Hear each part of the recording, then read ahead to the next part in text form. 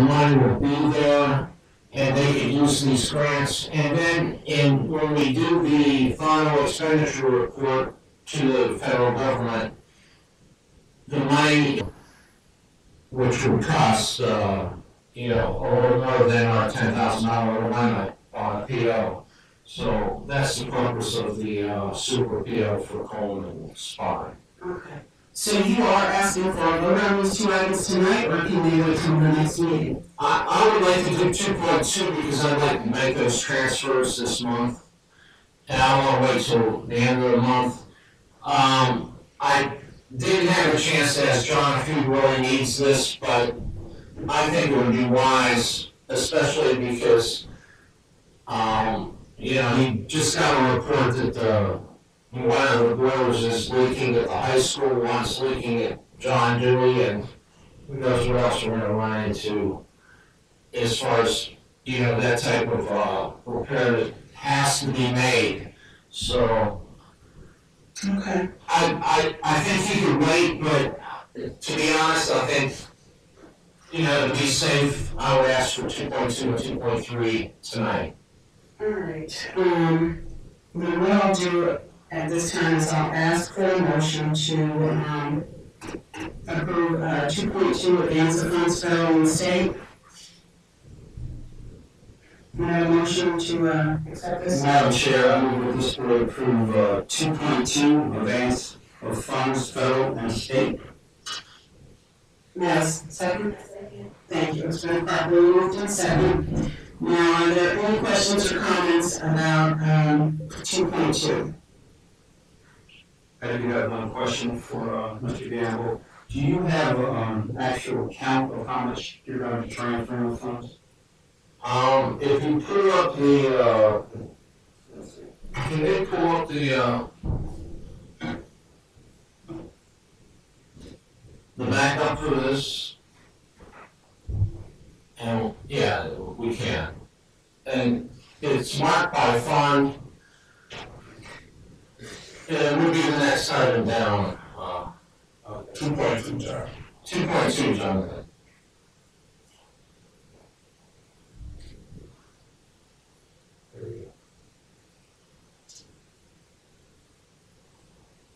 So then you can see we have the 2 federal funds, and we also have anything with a 500 number is a federal fund, so you can see the type of money we're talking about.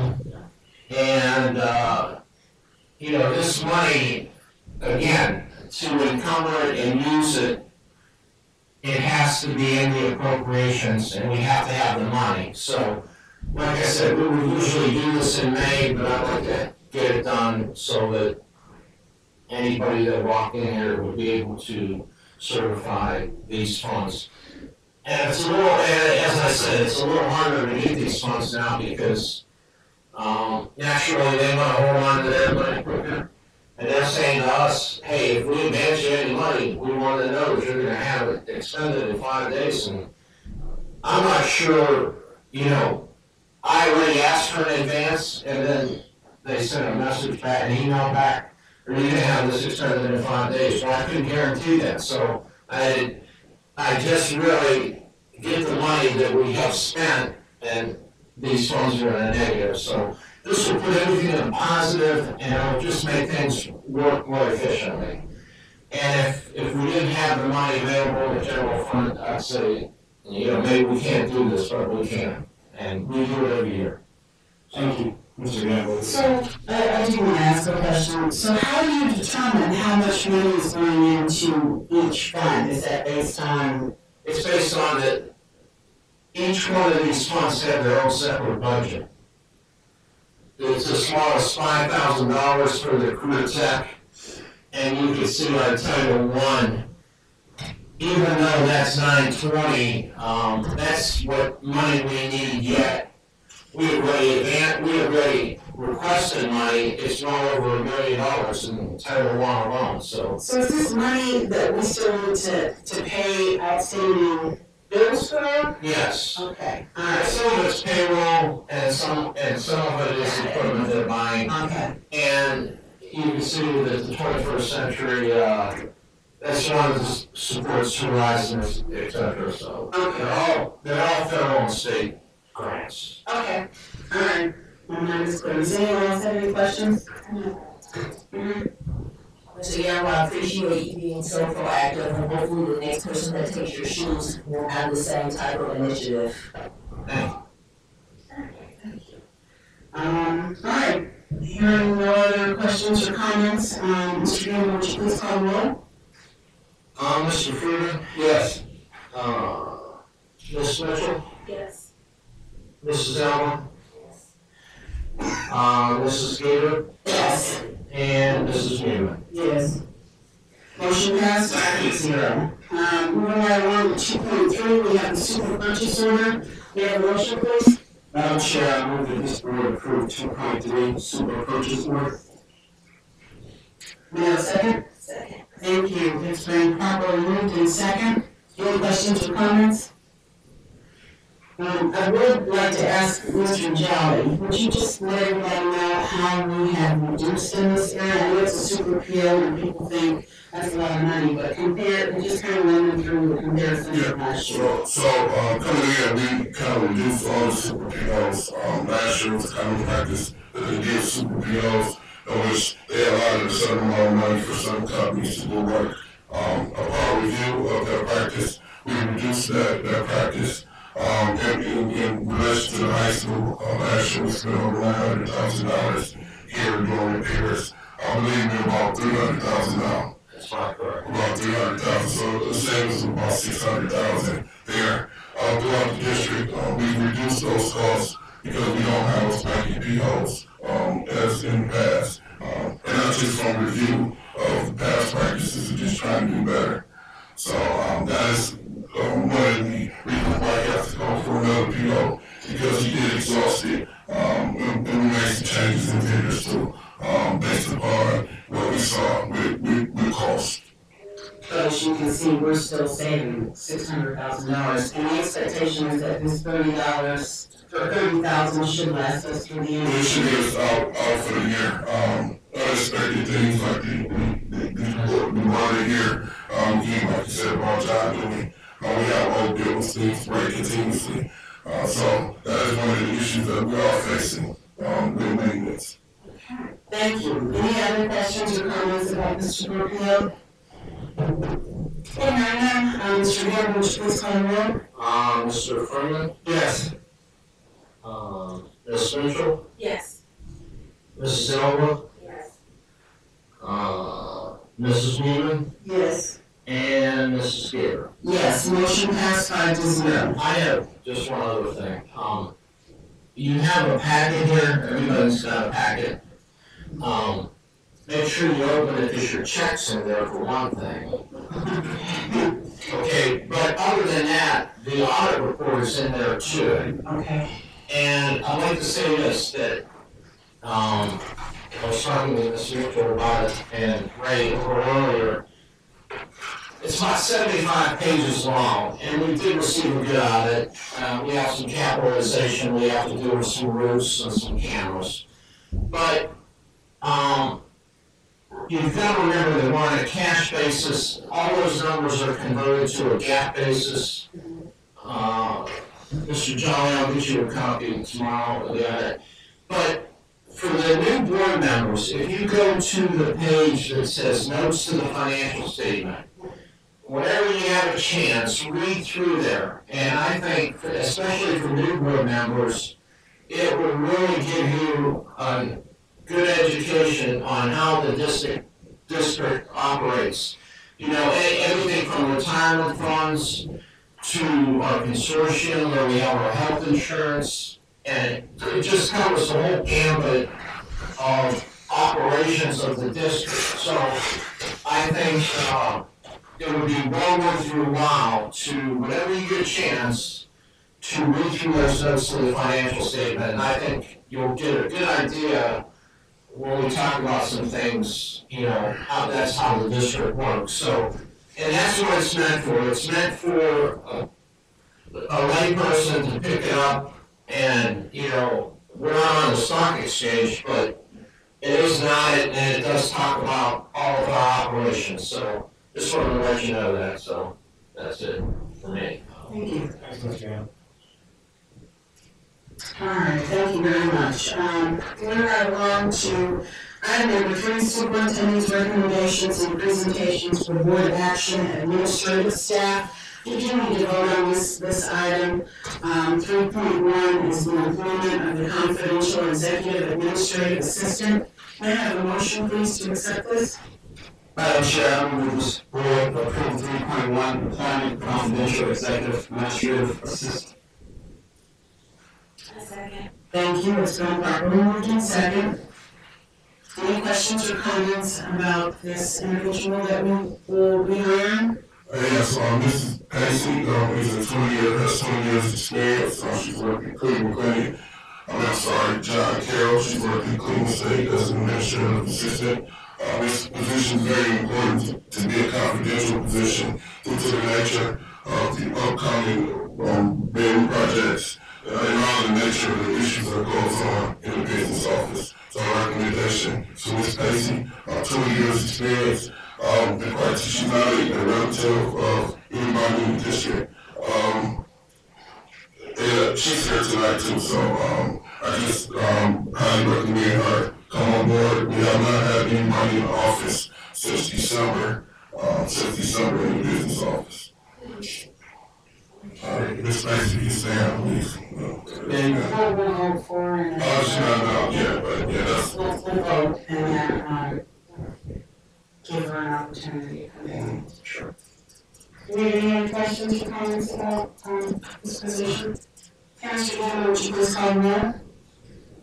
Mr. Freeman, Yes. Ms. Mitchell, Yes. Mrs. Newman, Yes. Mrs. Alba, and Mrs. Gator. Yes, motion passed 5-0. We'd like to congratulate you.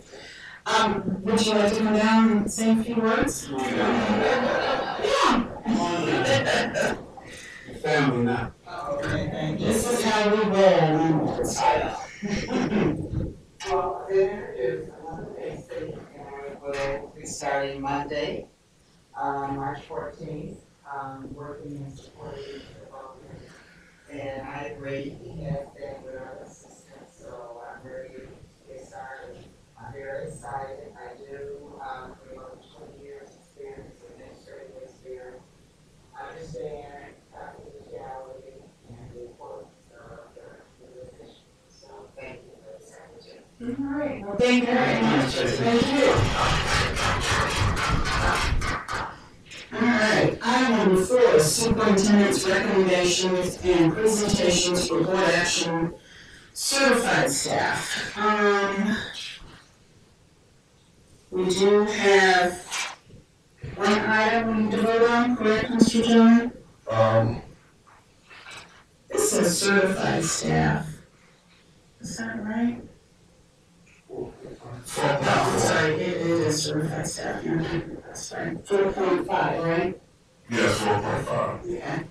All right, If you want it. you wanna go through them? Go ahead, I'll let you take So, this.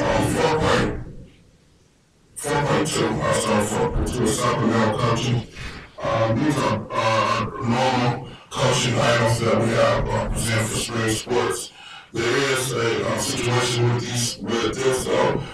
Ms. Rhonda Swift, who is a teacher at the high school, is the sister of our athletic director, Mr. Robert Swift. I'm sorry, Brian Swift. So we consulted with our attorneys, also looked at board policy ethics laws about that, about him being an athletic director and having direct supervision over a relative. So our board policy states that we can hire relatives in positions, but they cannot be directly supervised or evaluated by the relative. So I talked to the high school principal, who will designate someone to do the evaluation and monitor of that position. And in other districts where the athletic director, in some other districts, I use my former district, they do not have evaluative powers over employees because they're in the same bargaining unit. The principals do the evaluations of athletics. So there is a precedent for principals to do evaluations over coaches. So in this situation, I ask the board that we allow the principal at the high school or the designee to be the support and the evaluator and the supervisor. Ms. Ruffin will be the head softball coach. Also,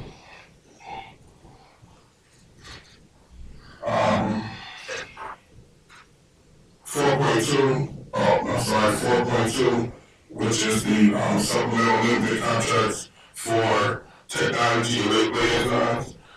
It's so late getting on the agenda.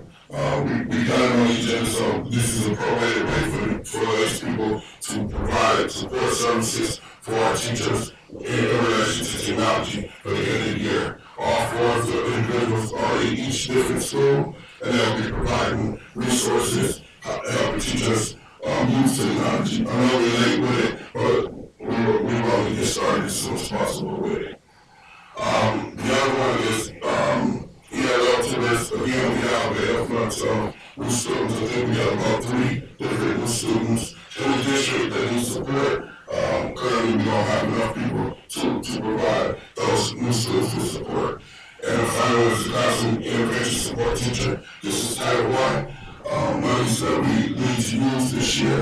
This teacher, she did work for Horizon, so she has a familiarity with our students at Eastwood. And we would like to use her at Eastwood and John Dewey to support our literacy drive, to help our teachers do small group instruction, to prepare our students for the OSC. Okay. All right.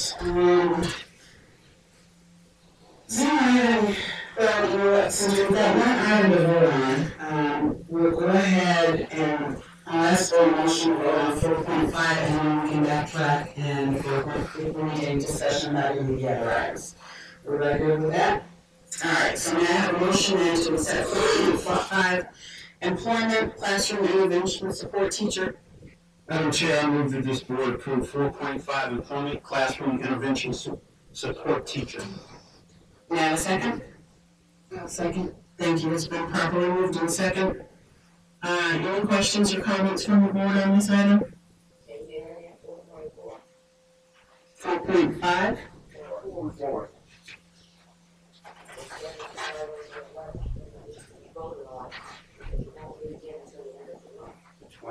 ELL tutors. Well, we can go back and do 4.4. That's fine. We've already started, so we'll finish 4.5 and then go on and do 4.4. So, any other questions or comments about 4.5? Hearing none, Mr. Gamble, please call the roll. Mr. Freeman, Yes. Mrs. Newman, Yes. Mrs. Elba, Yes. Ms. Mitchell, Yes. and Mrs. Gibbs. Yes, motion passed 5-0. So we're going to go back to 4.4, employment of ELL tutors. May I have a motion, please, to accept this agenda item? Madam Chair, I move that this board approve 4.4 employment ELL tutors. Second. Thank you. It's been properly moved in second. Any questions or comments? Hearing none, Mr. Gamble, please call the roll. Mr. Freeman, Yes. Ms. Mitchell, Yes. Mrs. Newman, Yes. Mrs. Elba, Yes.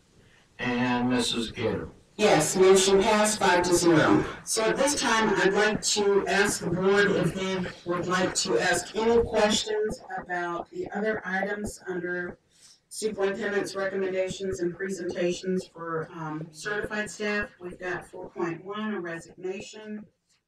4.2, the supplemental coaching. 4.3, supplemental contracts for the technology liaison. Those are items that we'll be voting on at the next meeting. So, does anyone have any questions or comments about any of those items? I do have a question, Madam Chair. Mr. Jolly, as far as the coaches in 4.2 employment, head softball coach, I know we have Miss Swift, that's the high school? Yes, Miss Swift is the high school. Miss Grimes is the middle school. Oh, okay, I got you, okay. And Miss Coward is the high school assistant. Miss Amity was the high school softball coach last year. She retired. Oh, okay. The posting was up since October. We had very little interest in the positions. Currently, we don't have any interest in middle school track. So we are looking for middle school track coaches, girls or boys track. So we are in the process of looking for middle school track coaches. The coaches from last year have indicated they're not going to return to coach the team. So middle school track is open. Okay, thank you. Okay, I just have one question on 4.3. You mentioned that we were late. So can you explain what was the reason for being late? Is there something we could do differently? Well, it was an oversight last month. It was supposed to be on in February. But due to the transition, the changes in roles in the curriculum office, this was something that wasn't on the radar. It was put on the radar in late January, and we missed it in February. So now we're trying to put it on now. Okay. All right. Sounds good. Appreciate it. Any other questions or comments about any of those items then? We'll move right along to item number 5. Again, superintendent's recommendations and presentations for board action classified staff.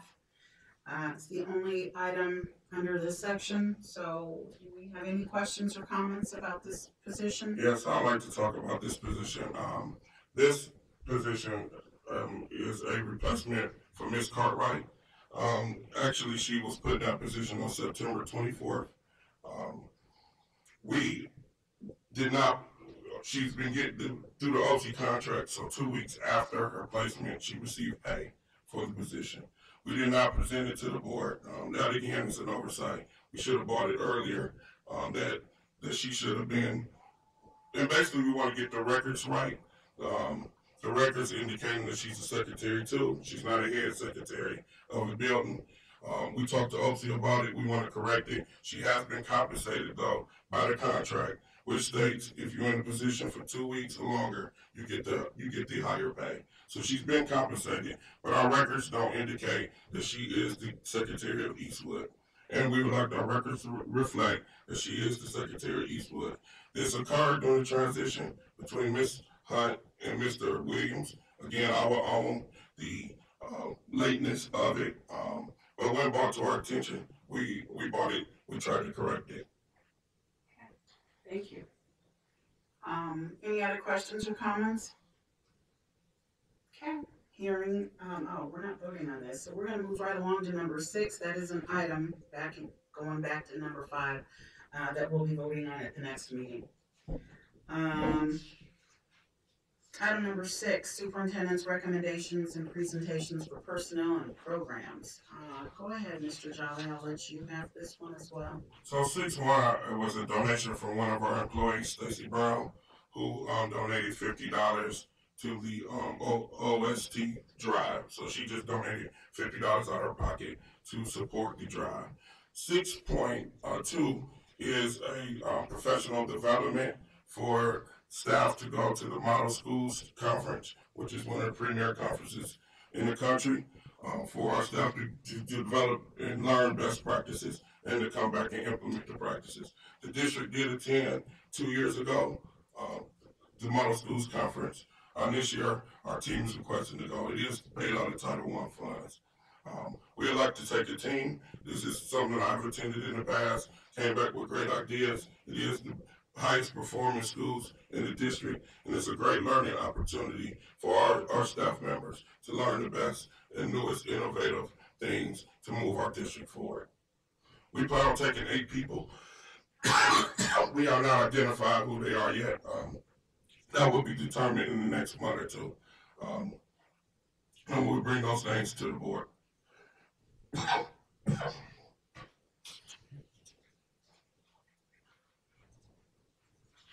And then the last one, 6.3, is the transition of 8th grade back to the middle school. Again, In reviewing this year and looking at our 8th graders, looking at our data of 8th grade students, we are not being productive, or they're not being productive here at the high school. It's a big space. We're not achieving their needs. It was mentioned last week on last board meeting about them not having programs and things. So our recommendation is to put them back at the middle school where we can focus, have a middle school focus. We can bring the programs that they need at the middle school, which we have currently. Also, we still want them to have exposure to all the high school curriculum. So we have students who can take a high school course. And when I was principal here, we had middle school students coming over here to take high school courses. And we will continue that. But our middle school, it is my feeling, we're not serving them well here at the high school. It's too much, it's too big. We need to hold them and hug them, cuddle them more until they get ready for high school. And currently, I think it's just too much. You should see them and run to class. And we're in April. March now, and it's still running. They're just not ready for it because they're not ready. So I just look at it and say, as a parent, and I am a parent of a 10th grade student, and I wouldn't want her here because she just, it's too much exposure here for her. And then academically, our teachers need to work in teams with the middle school teachers. And here they're working in isolation because the high school is different than middle school. So the recommendation is to put them back. We've already talked to Mr. Folkman. It's not a major transition back. The classrooms are already ready, prepared. A lot of the desks and things are already there, so it's not a major transition. And it'll be a simple transition. All we'll do is keep the 7th graders there, and then the 5th graders from Eastwood will matriculate up. So the middle school will be about 350 students next year. And in talking to parents and community, a lot of the parents wanted their kids back at the middle school also. Okay. All right. And then the last is the Progressive Arts Alliance. We partnered with the Progressive Arts Alliance the first semester. They did programs at John Dewey and at the middle school. GT is here. She was participating in it. Can you just say a word or two about it?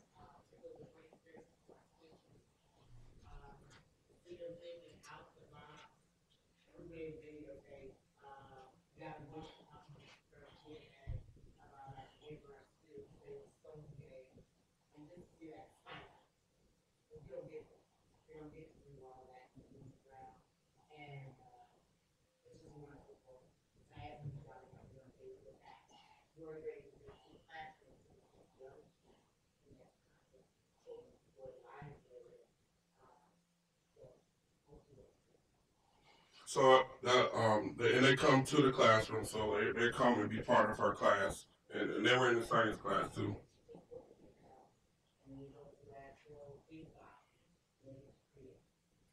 They will go see the vision, the safety, how you actual tools, if you want to watch them, they have all the material. They have a big box, they have a whiteboard, they have their plan, work on their plan, have a question, get it to the end, and stuff. So they have everything right then just to raise the flag. You have one that tipped over and had water going through it, set it up. We have one that actually had to put that structure where a ball would go all the way through, fall down on the floor, start fading. This is a little thinking. They have one with a flag that go the other way, and this is one foot. So that'll be part of the STEAM Festival that we'll have on May 18th. They were part of the one we had in December too. But that'll be part of that. That'll be the demonstration of what we learned, and they'll be able to demonstrate that on the 18th. And they'll start in April, I believe. Once we approve it at the next meeting, they'll start in April. No, this here program, that's on, we're gonna vote on that. We're gonna vote on that, okay. Yeah, we're gonna vote. Sorry. And so they can get started. Okay, well, let me first ask for a motion to accept 6.4 program, Progressive Arts Alliance program. Madam Chair, I move that this board approve 6.4 agreement, Progressive Arts Alliance program. Thank you. It's been properly moved in second. Do I have any questions or comments from the board? Okay, hearing none. Mr. Gamble, would you please call the roll? Mr. Freeman, Yes. Ms. Mitchell, Yes. Mrs. Meeman, Yes. Mrs. Elba, and Mrs. Gator. Yes, motion passed 5-0. All right, moving right along. Do we have any committee reports? Okay, yeah, I don't have any either. 7.2, just want to remind the board that we do have our retreat this weekend, the board and the administrative staff. I believe the agenda is in your board. Yeah, it's in your folder here. So we're starting at 8:30, and we've got on here that it's over at 3. It might be more like 3:30, I'm thinking, but we'll do what we can to get everybody in and out as soon as possible.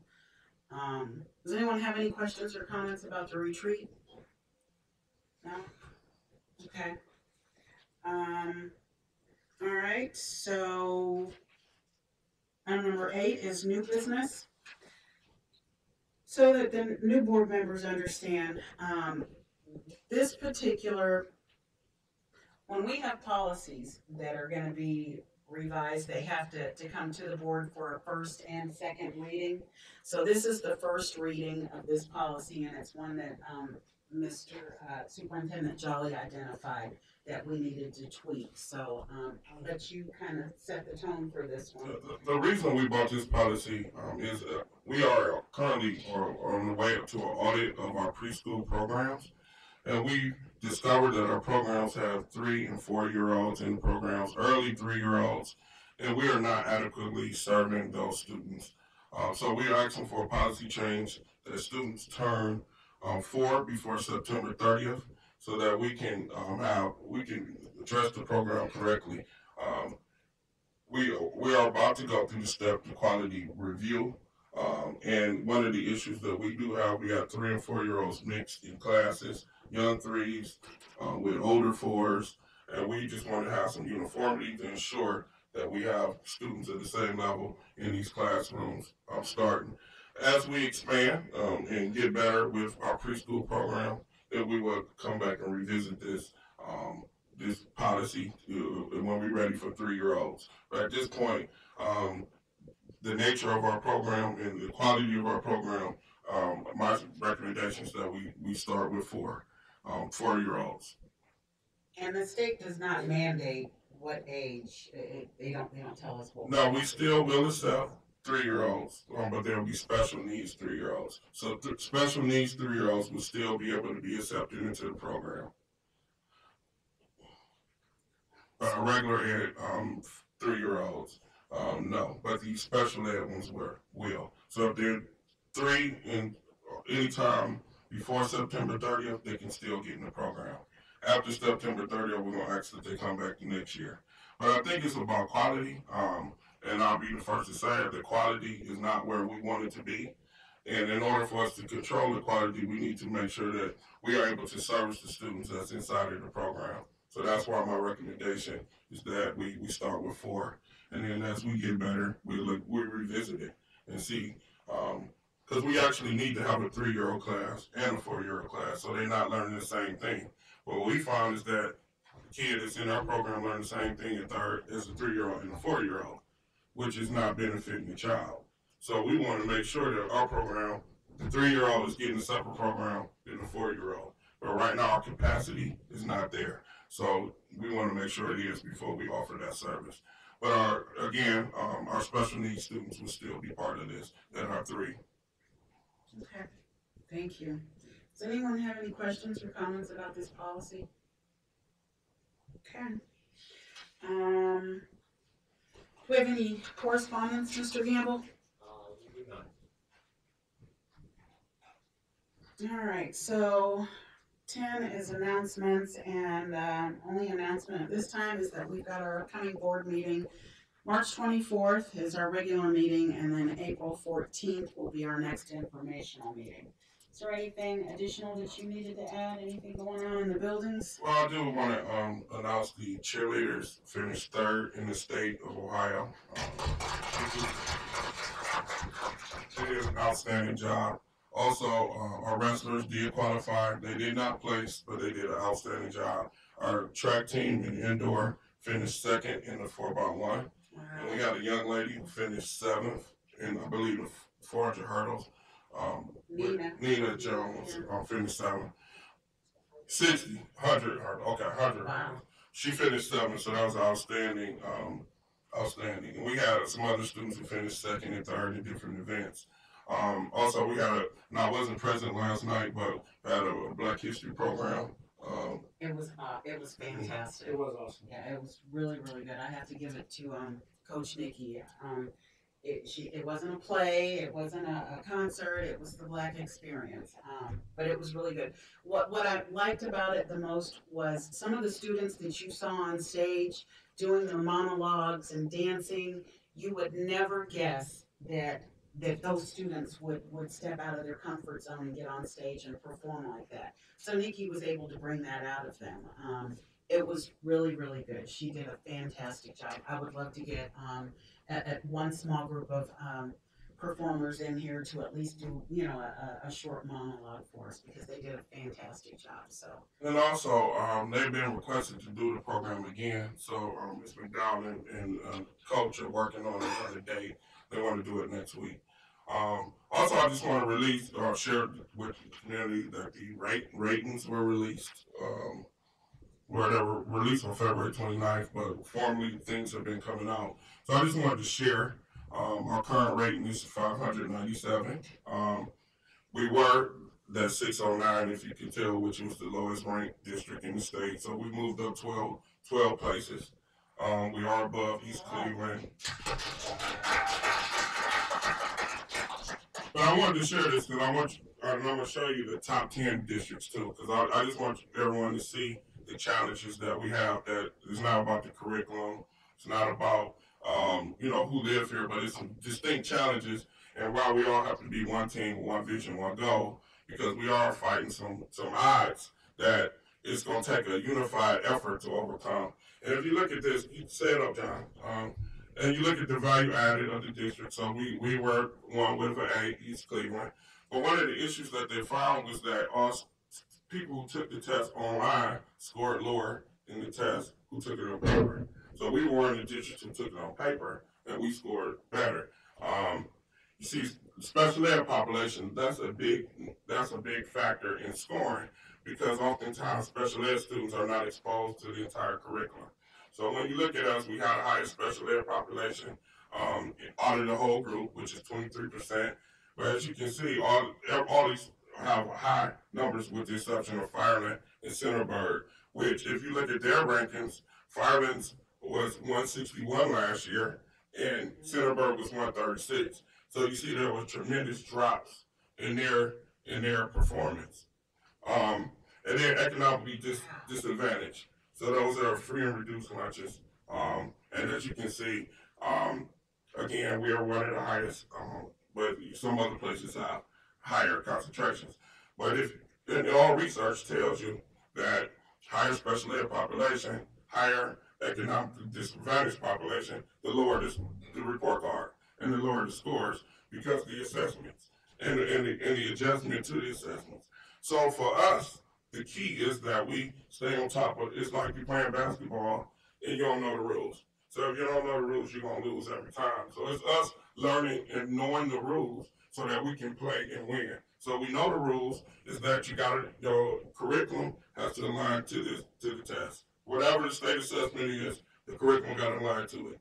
And then you have to have measures throughout the year to know where you are so that you can provide intervention to help the students be successful. That's the ticket. That's only how we going to move our district higher, is that we take that prescription, understanding that here's the end, and then we know where we are periodically throughout there and providing the support. That's why the Miss Riggs hire is to help us support our students in that process. It's a student-by-student thing. It's not whole groups anymore. Because when we test, each student gets a measure. So each student gets a point, and those points contribute to what the final score of the district is. So for a lot of us, it's a change in how we think about education because a lot of us was taught with a big whole group. I know I was, where the teacher got in front of the class and just taught. And if you got it, you got it. If you didn't get it, you got an F and so forth. But now it's different because every kid matters and every kid has to show growth. So that's where that value added comes into play. And as we improve value added, as you can see, the value added was an A, our rankings improve. So as long as we continue to move children, we'll go from 597 to 580. We'll keep progressing up the scale. So the challenge is that we all one team, one vision, one goal, working together, our teachers and staff, the board, the community, all working as one to ensure that every child is growing, regardless if they're special ed, if they're economically disadvantaged. Girls, boys, it doesn't matter. And that's just having a sharing culture where people care. Move it down, Jonathan. I want to show the top 10 districts, though. Distinct differences in the special education population and economically disadvantaged. Most of the time, they're less than 10% special ed, and they're less than 10% disadvantaged students. So they don't deal with poverty. They have no poverty issues. We deal with poverty issues. They don't deal with that. And they don't deal with the high levels of special needs students, which take additional resources and additional teachers. So when they put out the report card, they don't share the different factors that contribute to what makes a good school district per se. Because they put us all on one plane and said we all playing on the same playing field. But we're not playing on the same playing field. So our story, and that's my goal and vision, is to tell the story. Our story is that we are working each child at a time, growing children. And as we grow children, these rankings going to get better. But I want people to understand that there's more to the ranking. They're just looking at it and say, one's in the F district in this and one's in the F district in that. Because we're starting from a different starting place than they are. Totally different starting place. Because if you look at the numbers, kids who come from high affluent families, they come in as readers. They come in as readers. 90% of them come in as readers. When they don't, we got 72% of our children who come from economically disadvantaged homes. I'm not saying all of them, but a lot of them don't come as readers. So we spend half kindergarten teaching our students how to read, where they already teaching them in advance. So it's different measures. But again, that's the game, and we got to play the game. So in order for us to play the game, again, it's going to take all of us together. Focusing on children, doing what's best for children, and understanding this is a journey because we got to change a lot of mindsets and thought processes about what's best for children. And I think I want to share that today, and I'll share more information about our report card, but I just want to illustrate that the district has moved 12 spots. Our value added is the reason because kids grew better, they scored better, and the credit goes to our teachers and their hard work. So I just give our teachers here a round. And I do want to say this, they're the key to the turnaround.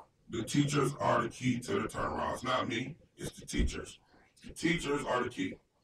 If the teachers continue to embrace our students, teach our students, have high expectations for our students, challenge our students, we will make it. But they're the key. By all means, they are the key to this turnaround. And we'll do everything in our power to support them in being successful. But I want to make a public statement, they're the key. They are the key for this success. They are. Because we can't do it without them. We just can't. And we need all of them to be on board. So, thank you. Thank you. Does anyone have any comments, questions about this last presentation? Let me ask you, has there been any discussion legislative-wise or ODE to maybe establish a grading curve, maybe they group, if you're 25% or higher special ed, this is where you'll be ranked. So I do want to talk about that because I just left Columbus yesterday, and districts like us don't have any advocates in state legislature or in the Ohio Board of Education. We don't have any advocates. So you see Centerburg and Lockland, they are upset that they rank so low. So they have advocates though. They have people that's gonna go to the legislature and say it's not fair. Our value added is an F. We dropped to 600. So what I find is that we have no advocates at all.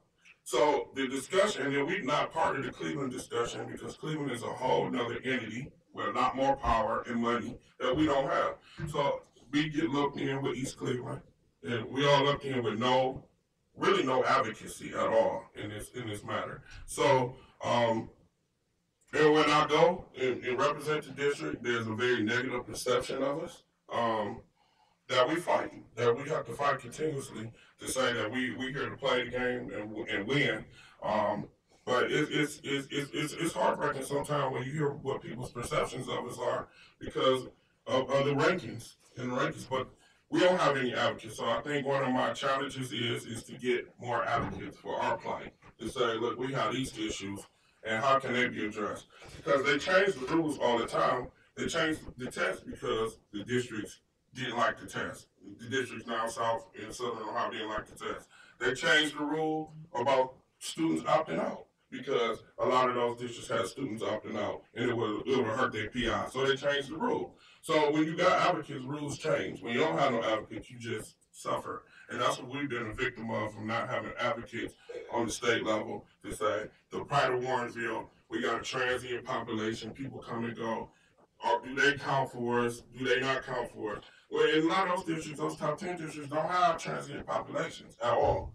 People live there for 12 years, 13 years. Ours, we got people come and go continuously. So in trying to play that and win that, it's very difficult because we don't have the stability they have. But at the end, we are held accountable to the same measure they are. So I think moving forward, we do need advocacy to share our story because our story is not heard. It's only a few districts that have the same issues that we have that's small like us. And East Cleveland is one. There's a few outside of Dayton and between Cincinnati that have the same issues as small African American districts. But for the most part, there's not a lot of small African American districts. So we are one of the few. So, but here's the thing. We've got a state representative that lives here. We've got a congresswoman that lives, that's from this area. I guess I'm not understanding. I guess we just never really explored it, but I'm thinking that's something that maybe we need to be looking at. I think that is something that I need to present or work with the mayor's office or councils or any of the councils and work on what we need advocated for. I mean, there's certain rules that we need advocacy for that we don't have advocacy. And then we have to play by the rules that's set for a district like Solomon. There's totally different issues and problems that we have. So I agree that it's something, and taking these trips and going to these state meetings, and it's really opening my eyes to what we need to do here to solidify our standing. Because we're really an afterthought when you think of the state. It's real easy for the state to say, with the new House Bill 64, just to dissolve us. I mean, it's an easy thing to do. And Lorraine is going through that process right now, where they're looking at taking over Lorraine and basically privatizing it. So we need advocates, and I will start to talk to the local Tri-City governments on what our issues are and how we can work with them to get them addressed. And I'm going to put Member Freeman on the spot because he's our legislative liaison, and I know he's going down to Columbus next week. Yeah, Wednesday. So- We have a legislative meeting from 9 to 1. I reached out to Sheriff Brown's office, so I have a meeting with him. John Barnes could not make it, but he would have someone talk to me. But Mr. Jelly, you're right on the money. And I've been on some of these conferences, and we're not represented. We're not at the table as a Warrensville City School District. And talking to Mrs. Blackman and our council president, Ms. Hagwood, I'm here to do that. I mean, they supported this district, so we have to place ourselves at a table. They don't know us. They don't. Who are you? Who's Warrensville? But I'm the biggest cheerleader of this city, so I'm gonna go, and they're gonna know who we are. And that's one of my challenges. I mean, it's so much bigger than Warrensville. This is way bigger than Warrensville. Our future is bigger than Warrensville. And that's why us as Warrensville got to be one team, one mission, one goal. And even though we disagree, we got to agree that we're going to work together to do what's best for the city and our children. because it's bigger than us. It is much bigger than us. And they allowed us to get to this point. I mean, didn't nobody intervene to say it's messed up here because they didn't care. And in Cleveland, they intervened in there. They took it over. They take over Lorraine because they care. Youngstown, they took it over because they care about it. They don't care about us. So we have to, one team, one mission, one goal. We could disagree, but we got to agree to do what's best for the children. And I think, because it's way bigger than Warrensville. When we drop out of here, leave, you know, people have got judgments of us. They withhold information. They don't support us. We not at the table. We don't know about stuff. And then our kids miss out on opportunities. And one of the things I wanted to do and make sure I did when I came here is make sure that any opportunity we can provide our kids, we do. That's why we got the summer program at the Y, the summer camp. We got the summer camp program with the Y. We can do it before and after care. All these things, because people brought it to the table, we're going to try to make the best of it. But that's my theme for this month and year is that we all got to be one team, one vision, one goal, because we're going to lose residents. We're going to lose our best parents if we don't do what's right by kids. And we got to be together. We got to work together. And we always not going to get along, but we always got to agree to work together because everybody watching us, they are. And our reputation is not good. And I do want to say that it's not good. Some of the comments I hear in Columbus, meeting with superintendents and all these other people who support them, is not good. They don't think highly of us.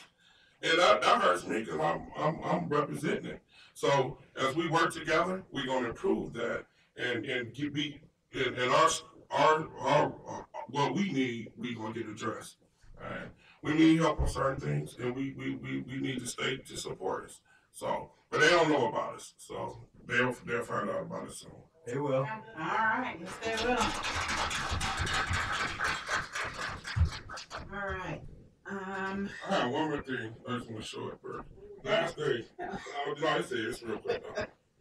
So when we were down at the state, they brought a proposal. This is option 5. So the people that wasn't here, we did the meeting on the 5th about options for the buildings. I did just want to present it to the board. This is kind of outlandish, but it's another option. And then this option, we would trade the middle school. We would renovate the high school and make the high school into the middle school, and then build a new high school. So all the other plans had us renovating the high school for high school and building a new middle and a new pre-K. This plan, and I just want to throw it out there so people can see it, to say they didn't see it. And this plan, it'll be build a new high school, renovate this school for middle school. Again, the price is high on this one. It could be done for $57 million if we don't add additional seats and things for additional students. But I just wanted to put that out there. We did do a survey online. We have over 60 responses. People did give their opinion. We got feedback from those. Got feedback from our meeting on the 2nd. So we got a lot of feedback. At the next meeting, I will ask the board to make their recommendation on what option they think would be the best moving forward. But I just wanted to put that option out there. It's one that Real Pencil just threw out there. So just wanted you to see it. But so this one says, you said it would be $57 million if we didn't put additional seats in. In other words, if we didn't say that we're going to increase to 2,100 students. Right. If we didn't do it, it'd be 57. If we did, it'd be 68. We're gonna increase our students. So I think it's going to be more like the 68. So option 1 was 54. Yeah. So that's with the increased students. So yeah, the option 1 is 54 with the increased students. So I just wanted to put it out, just present it. I know the board will have further discussions about which one to move forward with, but this is an option also. And option 1 is what we're hearing people like, correct? Yes, from our May 2nd meeting and from the feedback on the website, it's option 1, which is a new renovated high school, a new middle, and a new pre-K to 5. So that concludes what I'm talking about. All right. Thank you very much. I have a question. Regarding College Credit Plus, are parents aware that beginning August, well actually beginning May, that the schools will be so much out of the loop and the parents have to take the initiative and do all of the work on school on the website? Are you aware of that? No, I wasn't aware of Okay. that at all. College Credit Plus, the parents and the students have to take the initiative. They have to go on the ODE website. They have to state that they're going to be a College Credit Plus. They have to apply for the aid. And then the school that they decide to attend, they do a portion. And then the high school guidance counselor, they just add into it and say, yes, we're verifying. But it's all taken off of the schools because the schools, not just Warrensville, but a lot of schools were letting this slip through the gaps and kids were not being able to participate. I definitely need to know that process because I was not aware of that. The new change. So that's new this year? It's new this year. All right. And starting Here last night, They were here last night. starting in May, that College Credit Plus will be offered over the summer. Okay. So did they discuss that last night? I wasn't here, no.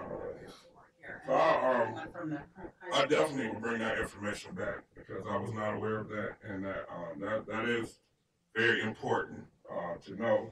Because my thoughts is that we will work with the parents, like have workshops or something, and help the parents go through it, to try to make it easier. So that's it. So yeah, if you could report back to us, I'll report let us know what you found out about that. Okay. Okay. Madam Chair, I do have an announcement. Last year I got involved with Dr. Seuss reading at John Dewey from Mrs. Blackman. And this year, board member Elba bought us our t-shirts. So tomorrow at John Dewey, they're having Dr. Seuss reading day. So I know I'm going to participate with some of my colleagues. And what I did is went out and bought Dr. Seuss books for my colleagues. You think whatever you want, Mr. Kelly, can you hand that I to? think I want this one then. No. Hand it. You did say pick what you want. Hop on. Pick what you want. Hop on top. I just want to make that announcement. All right. Mrs. Blackman. Thank you. If we don't have any other comments, we do have to go into executive session. So I kind of like to move on to the next, which is executive session. May I please have a motion? Madam Chair, I move that this board move to 11.1, adjourn for executive session to consider the appointment, employment, discipline, dismissal, discipline, promotion, demotion, or compensation of a public employee or official or regulated individual, students, or the investigation of charges or complaints against a public employee or regulated individual. Yes. I second. Thank you. It's been properly moved in second. I would like to thank everybody for coming out. We do have Doris Hagwood, City Council President for Warrensville here. Matt Howard is here from City Council. Always. Andrea Mitchell is here. I don't have my glasses on. We have Michael Carter here from the YMCA, and we have all of you alumni. So I want to thank everybody for coming out. Your support means so much to us. Thank you. We should